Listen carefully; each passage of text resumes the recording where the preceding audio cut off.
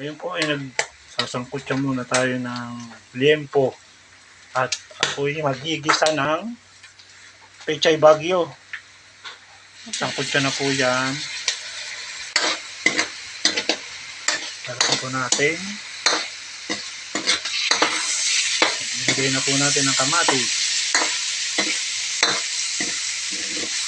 Ilagay po na natin ang pechay bagyo. Galing may liempo, may gulay pa rin po.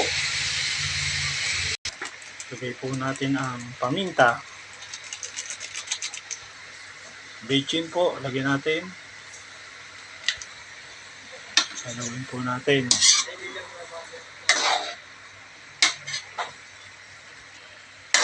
Para yung ibabaw, sa ilalim naman.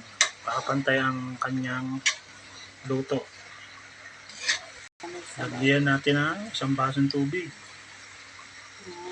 Lagyan po natin ng katamtaman asin. At nilagyan po siya natin kanina ng toyo.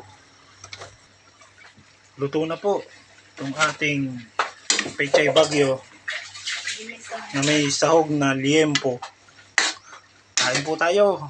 Salamat po sa inyong panonood.